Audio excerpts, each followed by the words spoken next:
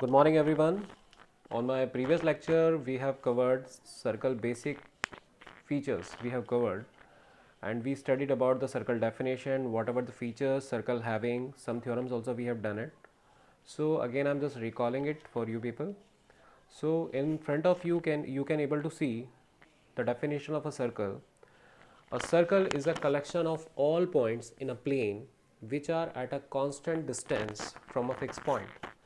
Guys, I have already explained you earlier also, this is your fixed point that we called a center, and the number of points which is just having a proper distance with this point is called a circle. There are infinite points we having over here. So this boundary we called a circumference, this boundary we called a circumference, this is your center, this length is called radius, and everybody knows it. When we trace a circle, the center is over there. If I am taking one line segment just like that, which is passing from the center, is called diameter. तो guys, everybody knows it कि diameter हमारे पास बहुत सारे हो सकते हैं. We having infinite diameters. Getting it? इसके अलावा आप लोगों को पढ़ाया गया था कि chord क्या होता है. What is the meaning of chord? So guys, in a circle, when there is a line segment which touching the circumference both the end, the line segment both the end touches the circumference is called chord. So we having infinite chords. So as you can see over here also, I just draw some chords over in front of you people. So like this way we can draw a infinite chord, and everybody knows it. The longest chord is called diameter. कि सबसे लंबी जो cord होती है उसको हम diameter बोलते हैं. तो ये सारी चीज़ें हम क्लास 9th में ऑलरेडी पढ़ चुके हैं. अब इसके बाद मैंने आपको कुछ केस स्टडीज़ के बारे में बताया कितने टाइप के केसेस हमारे पास हो सकते हैं. The cases in front of you people. अगर कोई सर्कल है और उसके नियर बाय में हमारे पास कोई लाइन सेगमेंट, तो हम ऐसी लाइन को बोलते हैं नॉन इंटरसेक्टिंग लाइन. ये सब बच्चे जानते हैं. अगर हमारे पास एक सर्कल है, we having a circle and there is a line segment which is passing through the circle and both end they are this line is non terminating, so that we called a second. तो ऐसी line को हम second बोलते हैं कि अगर कोई circle से पास होने वाली लाइन है जिसके अंदर दो पॉइंट्स इंटरसेक्टिंग हैं जो कि सर्कल को क्रॉस करके आगे निकल चुकी है, आगे या पीछे निकल चुकी है, उसको हम सेकंड बोलते हैं. फिर सबसे इंपॉर्टेंट जो हमने पढ़ा था वो था हमारा टेंजेंट. टेंजेंट था क्या हमारे पास? टेंजेंट कहता है कि सर्कल के ऊपर कोई भी एक फिक्स पॉइंट पर अगर आप कोई एक लाइन एक सेगमेंट ऐसा ड्रॉ करते हैं जो कि सिर्फ उसी पॉइंट को टच करके निकलता है, उसको हम टेंजेंट बोलते हैं. क्या बोलते हैं? Tangent. So everybody knows it. What is the meaning of tangent? Tangent के बारे में मैंने कल आपको डिस्क्रिप्शन दिया था. अगर मैं उसकी डेफिनेशन बोलूँ, so line that intersect the circle at only one point is said to be tangent. A line that intersect this circle at only one point is said to be tangent. कि कैसी line जो कि circle को सिर्फ एक point पे touch करके निकलती है उसको हम टेंजेंट कहते हैं. ये समझ में आ गया होगा आपको. इसके अलावा गाइज हम लोगों ने कुछ डिस्क्रिप्शंस लिए थे, मैं आपको उसको भी एक्सप्लेन कर दूं.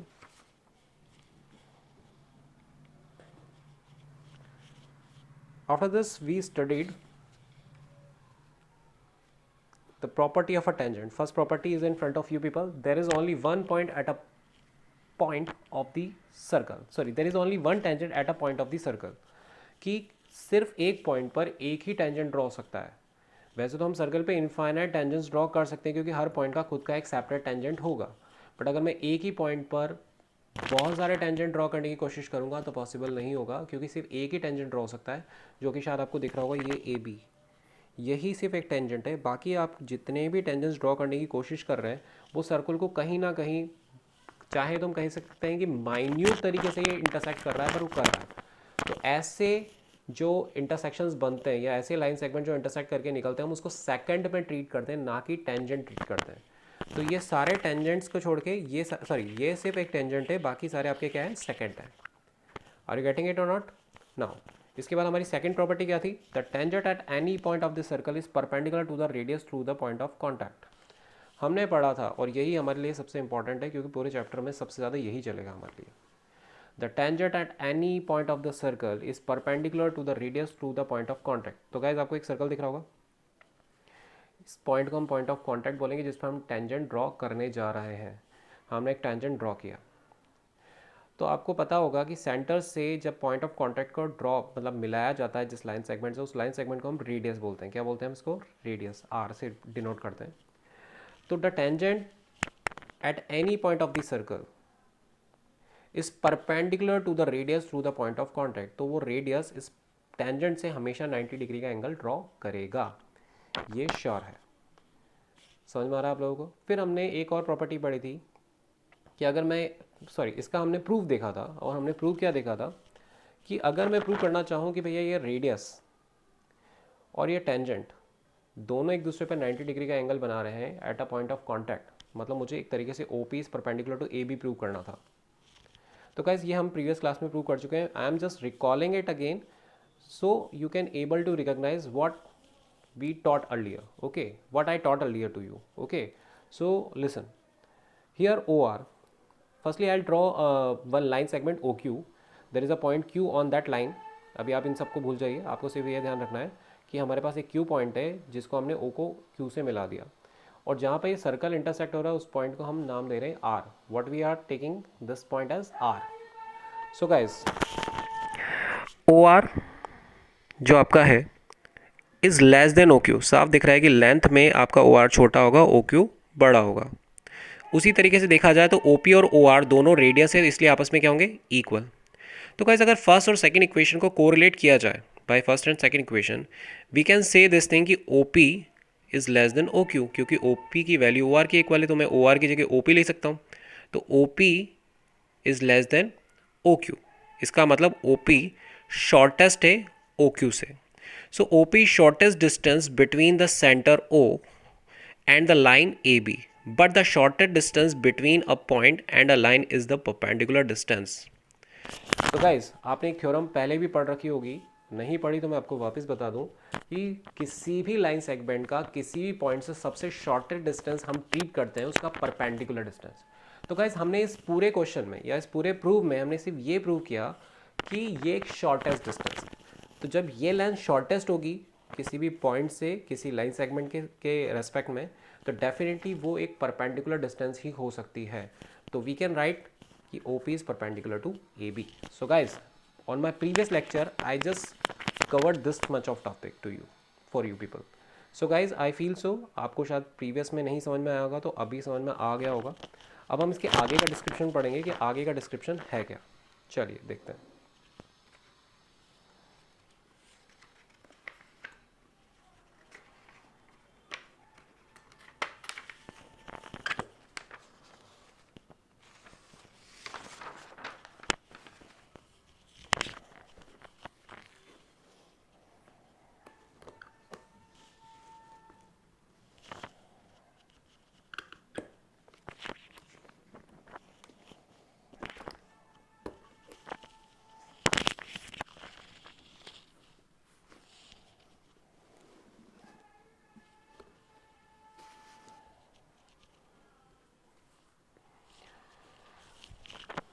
जो अभी हमने थ्योरम पढ़ी थी, अब उसका हम कन्वर्ट्स पढ़ेंगे। Converts of theorem.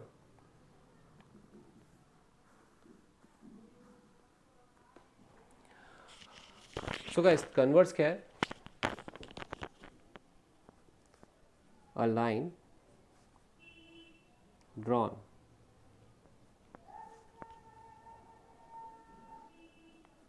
through the end of a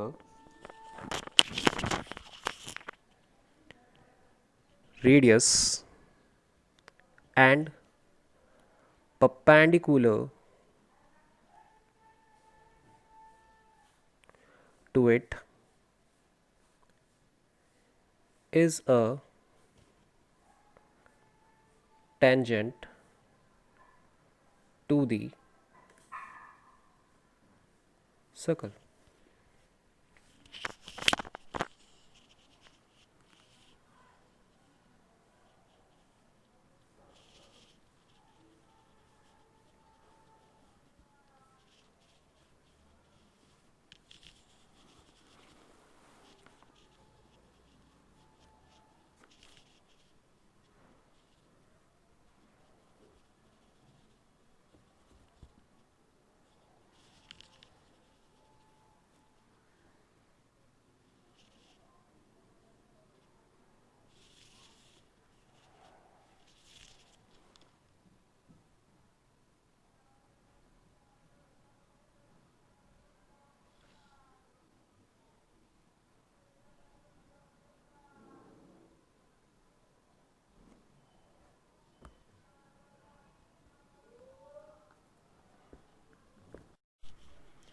So guys, this is your converse theorem. What is the converse theorem says? A line through the end of a radius and perpendicular to it is a tangent to the circle. Is a tangent to the circle. Now, what the mean of this theorem?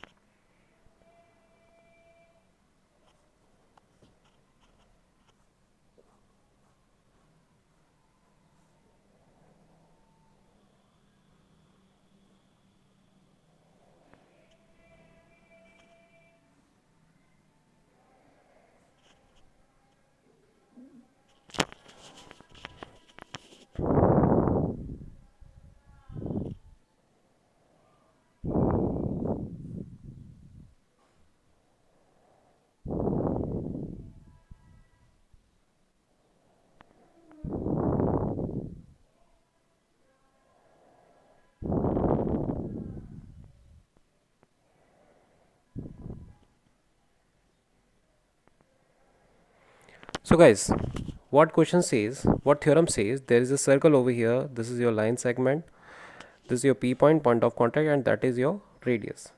So here, what we have given over here, हमें क्या given है ये हम देखते हैं. We have given a circle with center O with radius OP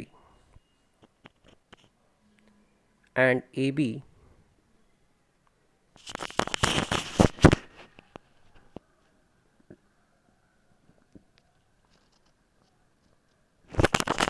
is a line through P such that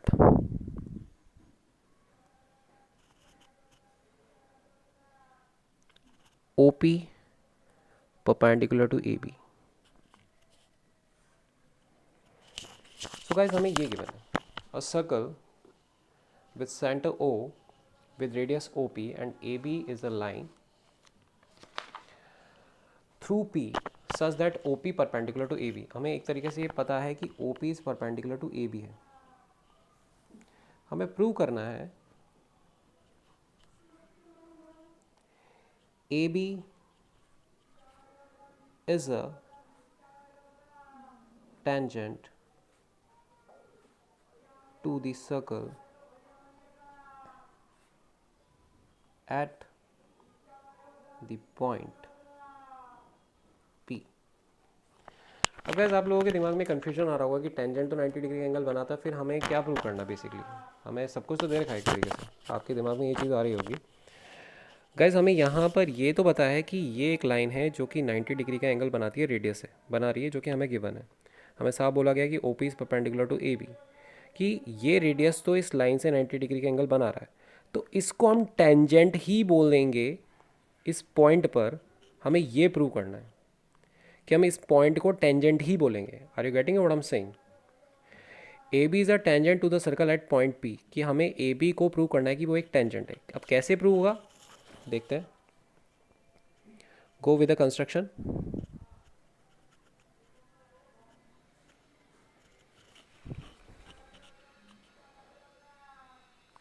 take a point Q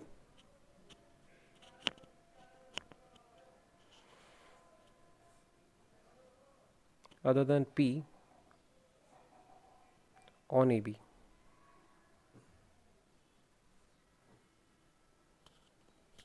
Join OQ.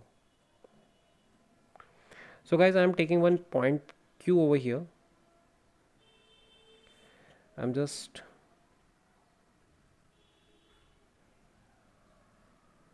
join it.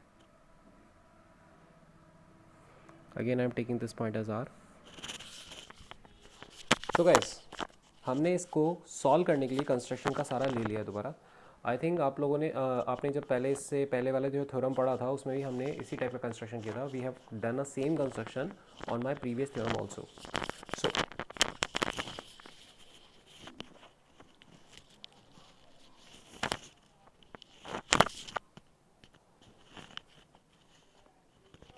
Now I'm going with the proof over here. What the proof of this theorem? Since the perpendicular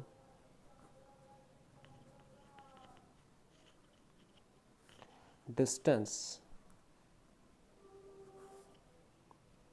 from a point to a line is the shortest distance between them, and OP is perpendicular to AB. Guys, what I have written over here, since the perpendicular distance from a point to a line is the shortest distance between them and OP is perpendicular to AB. Guys, अभी हम लोगों ने पढ़ा था कि shortest distance हमेशा perpendicular distance होती है, ये हम पढ़ चुके हैं. ओके, तो the perpendicular distance from a point to a line is the shortest distance between them and OP is perpendicular to AB. So अगर मैं इस बात को बोलूँ तो मैं क्या बोल पाऊँगा? सो OP is the shortest distance between O and AB. That implies we can say OP is less than OQ. That means Q lie outside the circle. Means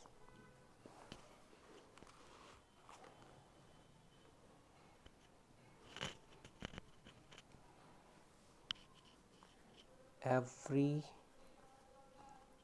point on AB other than P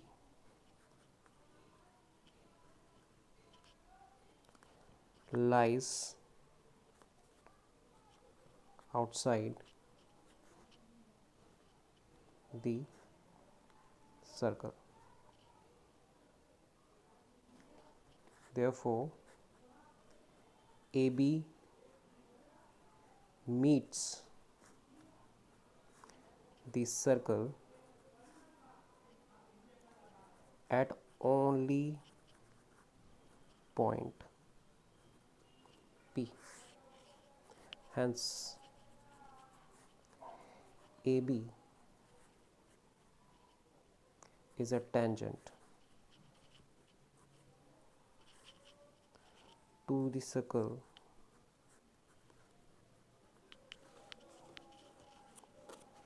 at P.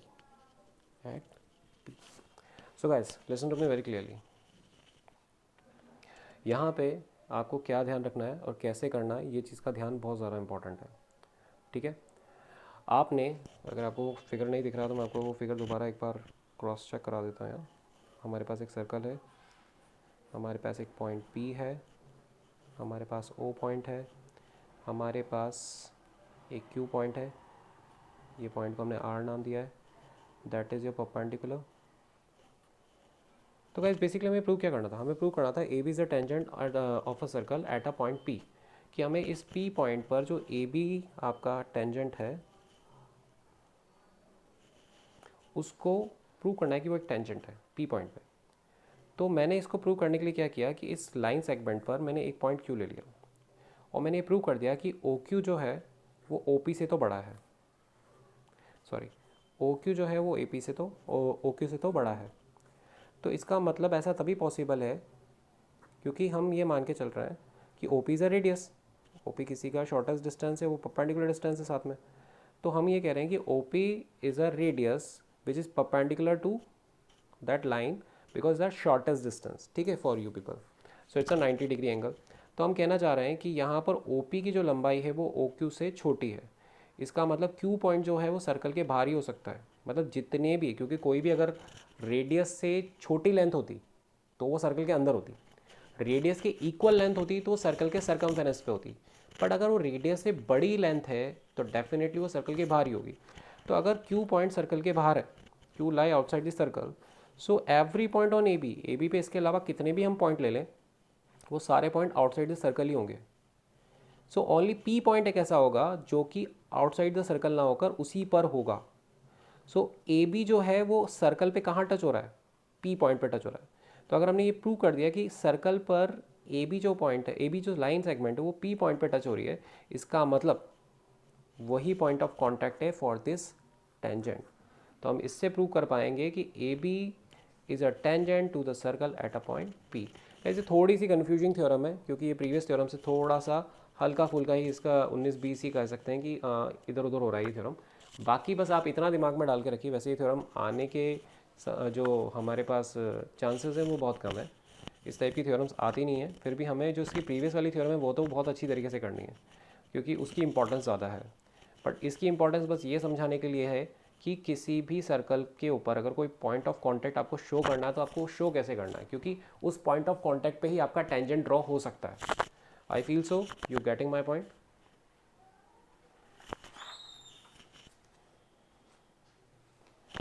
Now let's talk about another topic.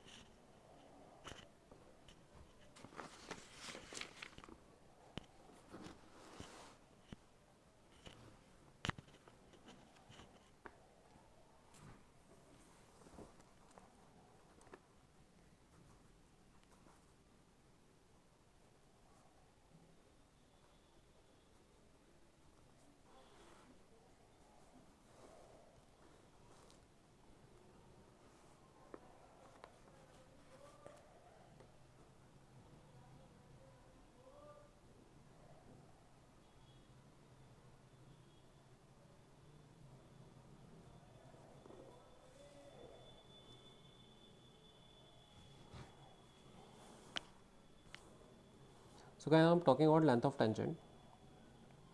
Length of tangent के अंदर हम जो पढ़ेंगे उसके हम सबसे पहला theorem पढ़ेंगे,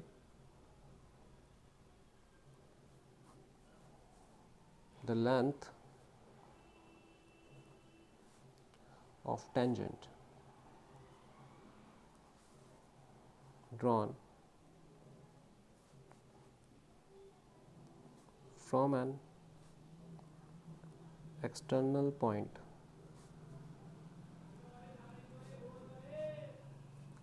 to a circle are equal। तो गाइस सबसे पहले हम देखते हैं क्या है ये थ्योरम।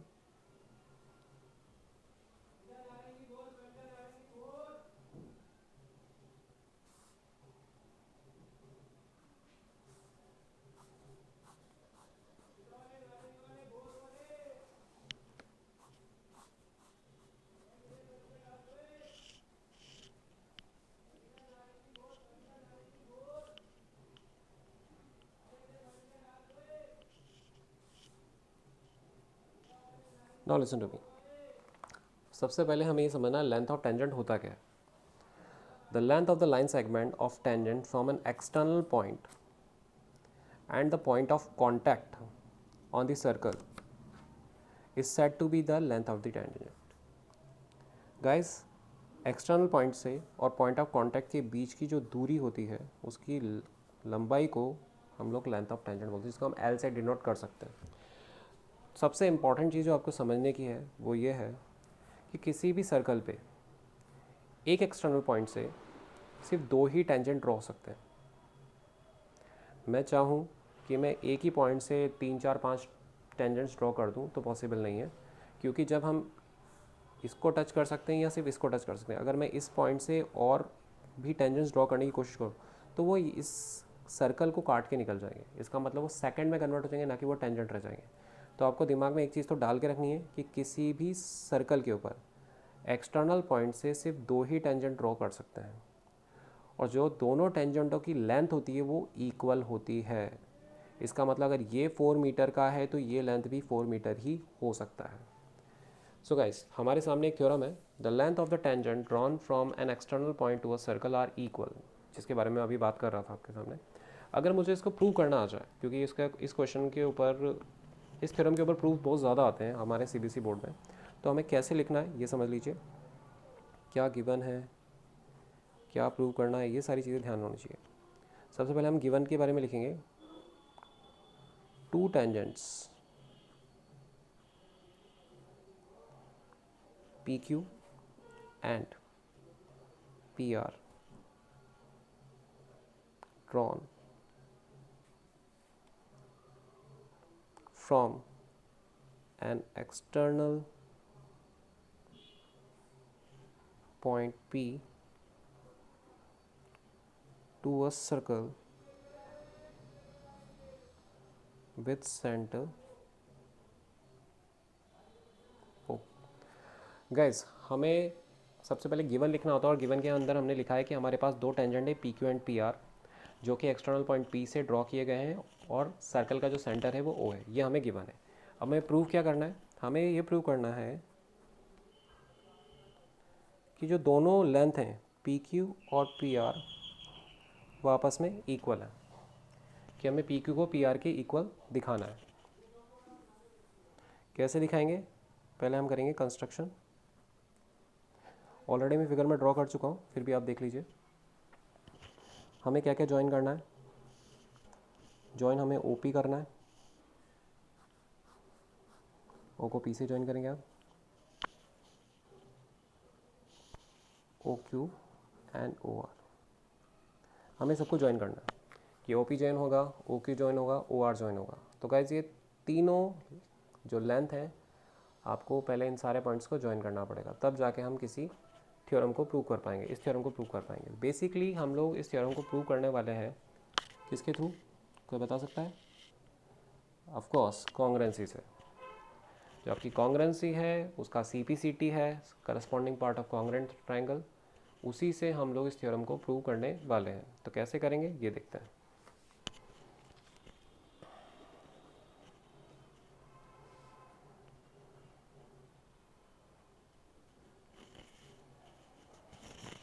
सो गाइस, सबसे पहले हम जिन ट्राइंगल्स के बारे में बात करने वाले हैं हम उनके बारे में बात करेंगे। तो यहाँ पे हमारे पास 2 ट्राइंगल है। In triangle OPQ and triangle OPR, मैं 2 ट्राइंगल ले रहा हूँ, OPQ एंड OPR। अब गाइस, आप सबको ये फिगर देखें तो आपको दिख रहा होगा कि ये भी रेडियस है और ये भी रेडियस है। इसका मतलब OQ और OR आपस में इक्वल है, OQ equal to OR because it's a radius.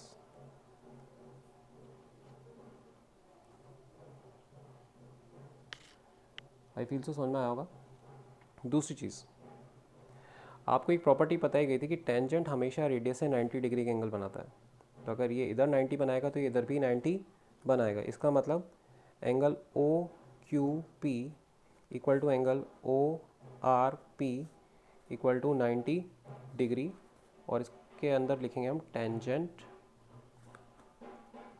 Property. तो समझ में आ रहा होगा आपको, कोई दिक्कत नहीं है इसमें। इसके बाद हम लोग लिखेंगे OP equal to OP, it has to be a common arm. ये कॉमन है, दोनों ट्राइंगलों के बीच में कॉमन है। इस ट्राइंगल और उस ट्राइंगल के अंदर OP आपका कॉमन आर्म है। आई फील सो समझ में आ रहा होगा आपको कि हमने क्या क्या किया। मैं दोबारा आपको बता देता हूँ। हमने बोला कि ये दोनों रेडियस हैं, OQ और OR, तो आपस में इक्वल होंगे।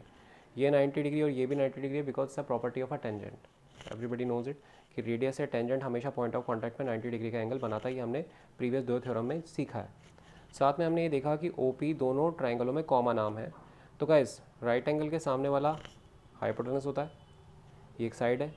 तो यहाँ पे हमारे पास जो क्राइटेरिया बनता है वो है right angle hypotenuse side. So by RHS criteria,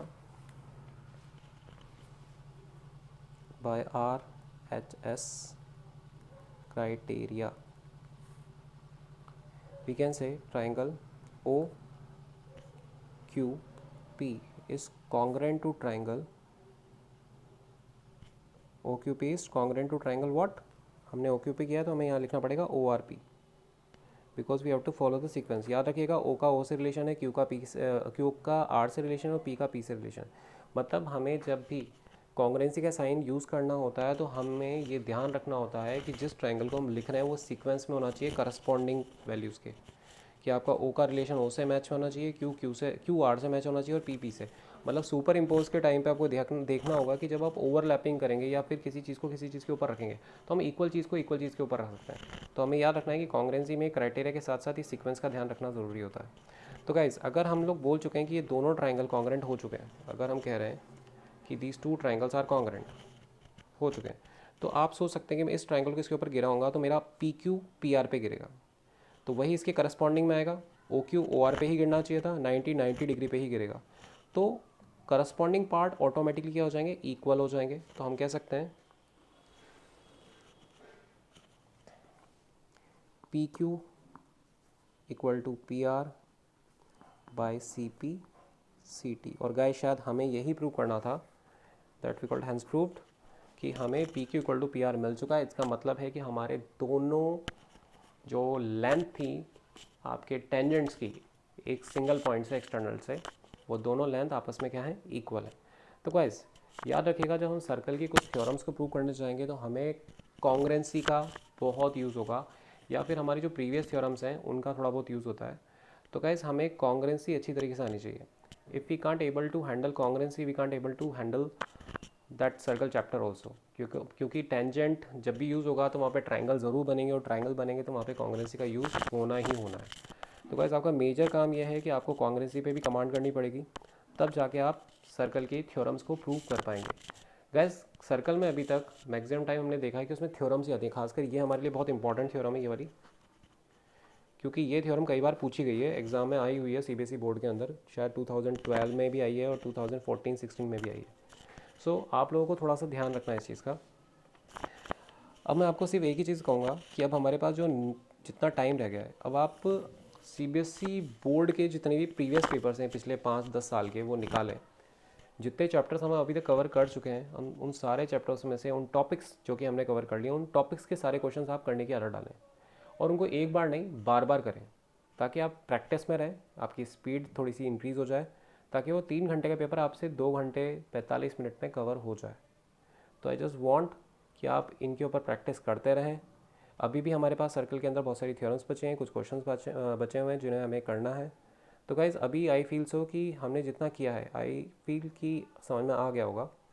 तो अभी तक हमने जो जो पढ़ा है, सर्कल के बारे में पढ़ा, सर्कल के अलावा हमने सेकंड के बारे में पढ़ा, कॉर्ड के बारे में पढ़ा, diameter we have covered tangent properties also, and we have covered this theorem also, length of the tangent. और ये सबसे इंपॉर्टेंट थ्योरम जो हमारे एग्जाम में आती ही आती है। तो गाइस आपका काम सिर्फ ये है कि आप इस थ्योरम को 2-3 बार एक बार घर पे करें। जब आप 2-3 बार घर पे कर लेंगे तो इसके बाद हमें एक चीज़ और समझनी है कि इसमें हमें एक थ्योरम और होती है, if two tangents are drawn from an external point then they should equal angle at the center and they are equally inclined to the line segment joining the center to that point. It means कि हमें ये भी prove करना होगा आने वाले time पे कि जब हम सर्कल पे 2 टेंजेंट्स ड्रॉ करते हैं, तो आपको शायद ये फिगर दिख रहा होगा, तो हम ये बोल सकते हैं कि दोनों के बीच में जो एंगल बनेगा वो क्या होगा, सेंटर से इक्वल एंगल बनाएंगे। They subtend equal angle at the centre, getting it, they equally inclined to the line segment joining the center to that point. आपको बस एक चीज़ का ध्यान रखना है, अगर मैं बोलूँ कि ये एंगल और ये एंगल का सम 180 है तो आपको समझ में आना चाहिए। क्यों? क्योंकि आपको शायद एक क्वाड्रिलेटरल दिख रहा होगा, इसके 4 एंगल है 1 2 3 4, इन चारों एंगलों का सम कितना होता है 360, 90 + 90 180 तो कंज्यूम हो चुका, बचा हुआ 180 किसको मिलेगा, इन दोनों को। तो अगर ये एंगल 30 है तो ये एंगल 150 होगा, और अगर ये एंगल 60 है तो ये एंगल कितना होने वाला है 120, क्योंकि इन दोनों का सम क्या होता है, सप्लीमेंट्री होता है। साथ में जो मैंने अभी बताया कि ये एंगल और ये एंगल भी इक्वल होंगे और ये एंगल और ये एंगल भी इक्वल होंगे। अगर ये 60 है तो ये भी 60, ये 70 है तो ये भी 70 by C P C T. Are you feel so कि समझ में आ रहा है आपको कि आपका जो पी ओ क्यू है, पी ओ क्यू और आपका पी ओ आर, ये दोनों एंगल आपस में इक्वल होंगे। इसी तरीके से क्यू पी ओ और ओ पी आर, ये दोनों एंगल भी आपस में इक्वल होंगे। तो गाइज़ इस तरीके से हमारा एक चैप्टर कवर होगा। कुछ अच्छे अच्छे क्वेश्चंस भी हैं सर्कल के ऊपर जो हमें कवर करने हैं। आई फील सो समझ में आएगा पक्का। तो अब हम जो भी है आगे के नेक्स्ट जो भी थ्योरम्स हैं वो हमारी नेक्स्ट क्लास में पढ़ेंगे।